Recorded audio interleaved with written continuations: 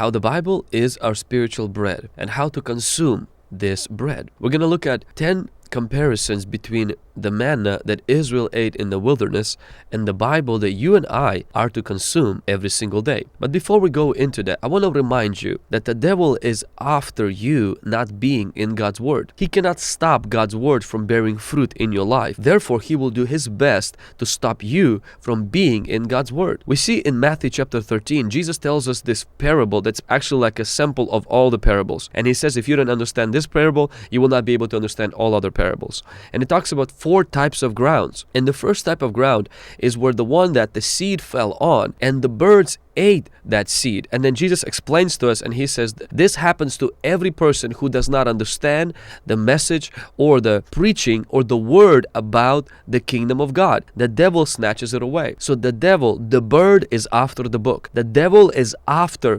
you not being, not understanding, not reading, not listening, not studying, not confessing, and not obeying, not memorizing, and not meditating on the word of God. He can't stop. Once the word of God goes inside of you, once you give yourself to obeying God's word, he can't stop the fruit that will come from it. And that fruit will contradict his plan. That fruit will renew your mind. That fruit will set you up to be a man and a woman of God. And the devil cannot offer for that to happen. He can't stand for that to happen. And he can't do anything about it. So what he does is he tries to stop you from actually allowing the word of God to come inside of you. Now let's look at how powerful the Word of God is when we digest it and when we intake it every single day. When Israel was in the wilderness between Egypt and the Promised Land, it's like symbolic of our Christian journey between our darkness where we were in the world and our future paradise in heaven, like the Promised Land. They had this daily substance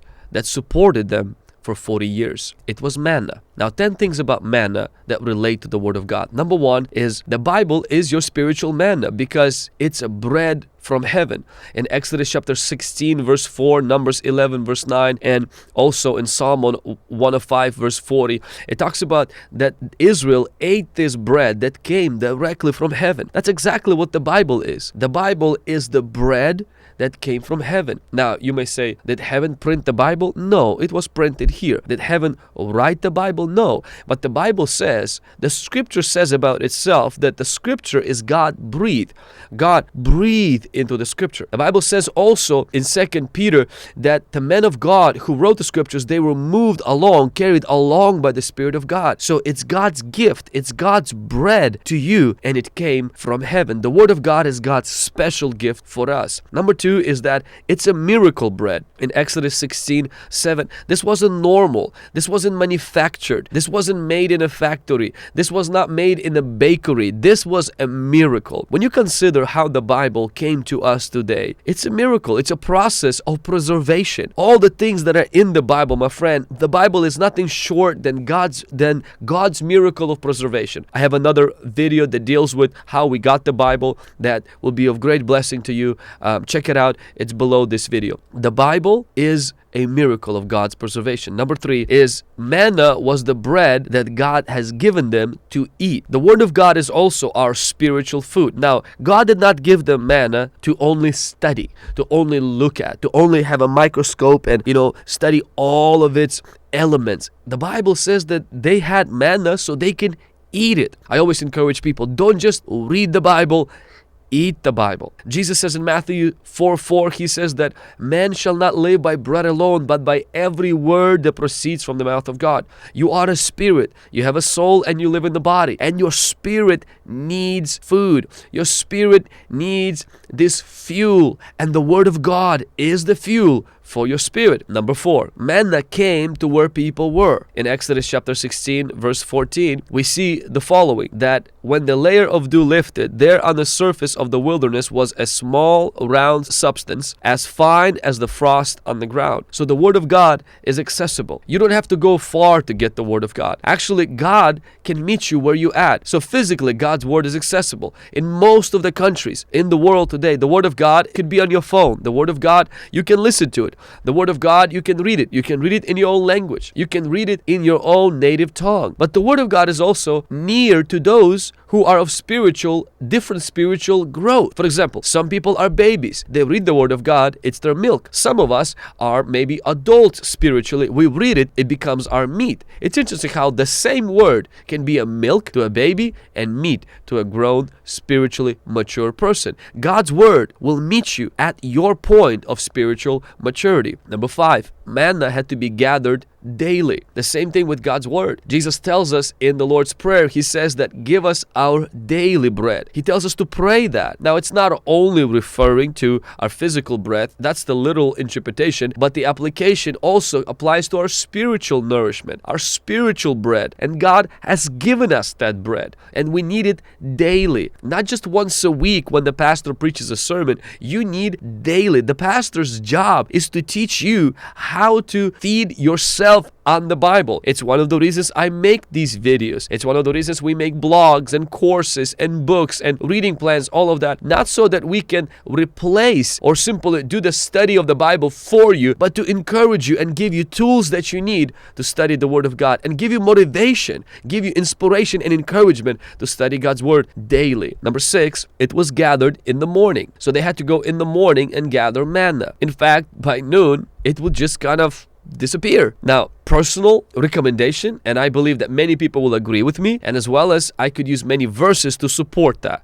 But this is not exclusive, meaning there are people who can read the Bible in the evening. You can read the Bible on your work break. You can read the Bible during lunch. But it's the best when you give God your first fruits, meaning the first hours, the first 15 minutes, the first 30 minutes in the morning when you are fresh, when people maybe are still asleep, when you don't have to go to work yet, and you gather manna in the morning. So many people cannot read the Bible throughout the day because once you don't give God that first place, it makes it difficult to find that time throughout the day. It's like when you're reading in the morning, when you're praying in the morning, when you're digesting the Word of God, you're setting like this mood, you're setting this rhythm for the rest of the day. It keeps you nourished. It keeps you focused. It keeps you pruned. It keeps you sanctified throughout the day. It does not mean, though, that you shouldn't read the Bible or the Bible no longer has any effect or the Bible can no longer speak to you throughout the day. But let's face it, a lot of us, we get busy and hectic. We have duties, responsibilities, a job, and so many other things. And sometimes it's harder to find time throughout the day. So the best thing to do is what Israel did with manna. Do it in the morning. Number 7, it cannot be stored for another day. In fact, yesterday's revelation is insufficient to meet the challenges of the new day. We need a fresh word from God. I really want to encourage you to develop a daily diet of God's Word. Israel couldn't go gather manna for one day for the rest of their life. So many Christians make this mistake by coming on Sunday and thinking, I can gather enough manna for 6 days. I don't need to open the Bible anymore because I got my Sunday dose of the Holy Ghost and that's it. I am fine. You are wrong. My friend, your spirit needs daily interaction with God. Your spirit needs daily fuel. Imagine if you would treat your body like that. Simply go to eat one time in a restaurant and then like, oh, that's enough for the rest of the 6 days.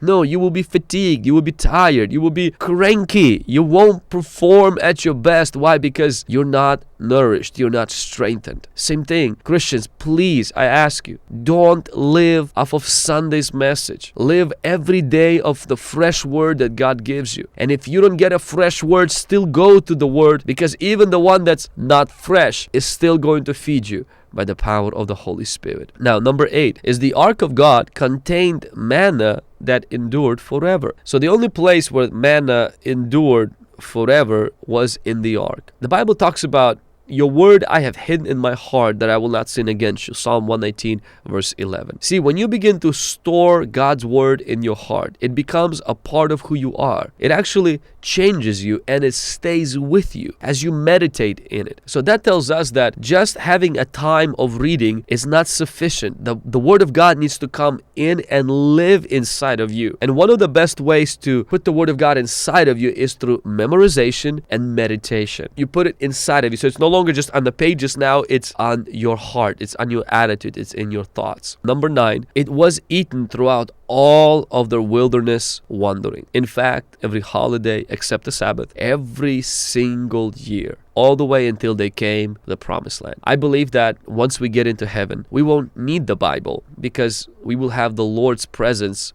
manifest with us. Faith will turn to sight. Things that we believed for, they will become reality. But until that time, we are in our wilderness wanderings. We need manna. We need the Word of God. God has graciously provided this to sustain us, to support us, to fuel us, and to protect us, and to spiritually build us. So you need it as long as you are on this earth until you meet the Lord. And number 10, sadly, manna was despised by the children of Israel. They called it worthless, meaningless. Our whole being is dried up because of this worthless manna. It was God's gift. It wasn't like donuts or something, but it was still sweet. It was still beautiful. It was still wonderful. When it came first, they were so excited. They were so thankful. And then they became familiar. Then they started to take it for granted. So many Christians do exactly the same with the Bible. Oh, the Bible is old. So is the sun.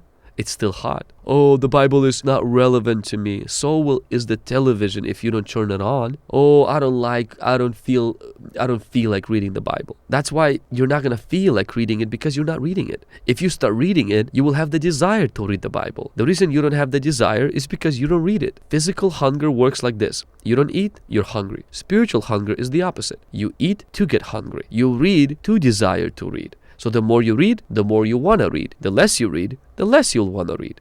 The more you study, the more you want to study the Bible. The less you study, the less you want to study the Bible. The more you pray, the more you want to pray. The less you pray, the less you want to pray. So don't focus on your feelings. Make a decision and stop despising the Word of God. It's the gift to our life. It's our spiritual food. It's our spiritual sword. It's our spiritual oil. It's our spiritual lamp. God bless you. It's time to dive into the Word of God. Are you reading it? Are you studying it? Have you been in God's Word today? Drop that in the comments below. Hey, thank you for watching this brief video. I hope this inspired you to study the Word of God and go further in the Scriptures. As always, I want to say a huge thank you to every person that is supporting this ministry. Because of your support, we're able to translate this content into Russian and into Spanish. We're able also to release courses every few months free of charge. We're able to offer all of our books free of charge, as well as send our books to other countries for pastors and ministers. We're able to release blogs, reading plans, and podcasts every single week. So thank you. And if you're not subscribed yet to this channel, hey, hit that subscribe, click on the bell so you can be reminded each time we upload new videos. God bless. Until next time.